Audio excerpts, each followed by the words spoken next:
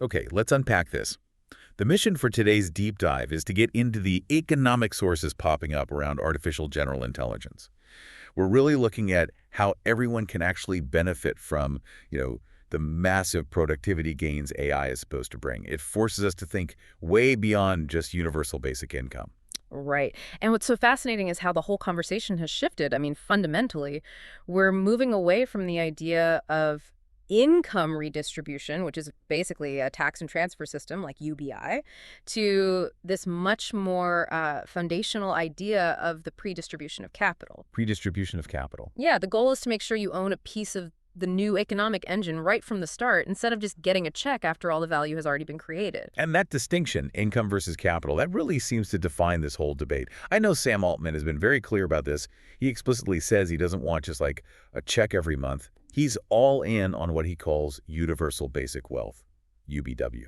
And that focus on wealth is so critical. It's not just semantics. It introduces the power of compounding growth.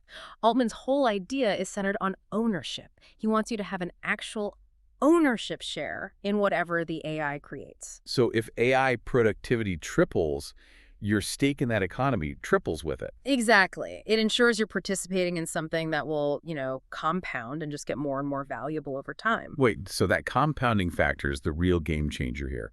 If the AI economy booms, your wealth booms right along with it. A UBI payment, that just kind of tracks inflation, right? That's the core of it. And he sketches out this provocative, he calls it a crazy idea of how you could actually quantify this ownership. Good tokens, right? Exactly. The key function of these tokens isn't just to be currency, it's that they would represent tradable, poolable ownership, Yeah. a real stake. And then he uses scale to kind of shock you into seeing the potential. He talks about a world generating 20 quintillion tokens per year, and then 8 quintillion of those divided up equally among 8 billion people. The scale is just mind-boggling. But if we focus on the mechanism, let's zoom out a bit. Altman's UBW is one vision. How does it fit into the broader policy conversation? It brings us right to the concept of universal basic capital, UBC. That's the sort of general policy term for this whole approach. Okay, so what is UBC? UBC basically means that every citizen owns part of the AI-driven economy itself.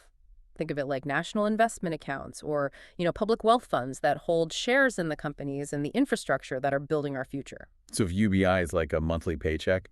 UBC is more like being handed a diversified stock portfolio on day one. Okay. And the sources really push this idea of pre-distribution, not redistribution. What makes that philosophical shift so necessary right now? The necessity really comes from where the value is being created. The sources are pretty clear. If AI becomes the core engine of our economy, then the key to opportunity isn't your labor anymore. It's owning a piece of the capital.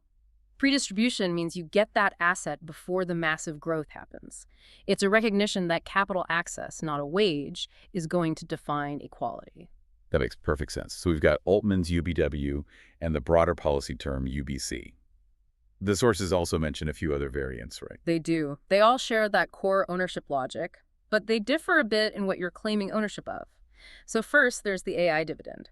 This model treats the massive computational infrastructure, like the server farms, the networks, as a publicly owned utility. And the dividend is a return on that shared hardware. It's framed as a rightful return. Then there's the AGI social contract, which is even broader. Broader how? It proposes a global dividend based on the argument that AGI is built on, well, all of collective human knowledge, everything we've ever written or created. So because AGI draws on that shared intellectual capital, every single person has a claim to a share of the value it creates, a recurring global payout. So when you boil it all down for the listener, across Altman's UBW, UBC, and these other proposals, you really see three common threads emerge. First, the focus is squarely on ownership, not just income. Second, the strategy is this predistribution of capital. And third, they're all directly linked to AI and automation as the source of returns. And that link to AI is everything. It guarantees that crucial element in compounding. The key contrast here is that these schemes allow you to hold a direct, growing stake in the economy's engine. You actually grow with the success of AI, which is fundamentally different from a static income transfer like UBI, which just stays flat no matter how fast technology accelerates. And that realization really changes how we think about structuring society from here on out.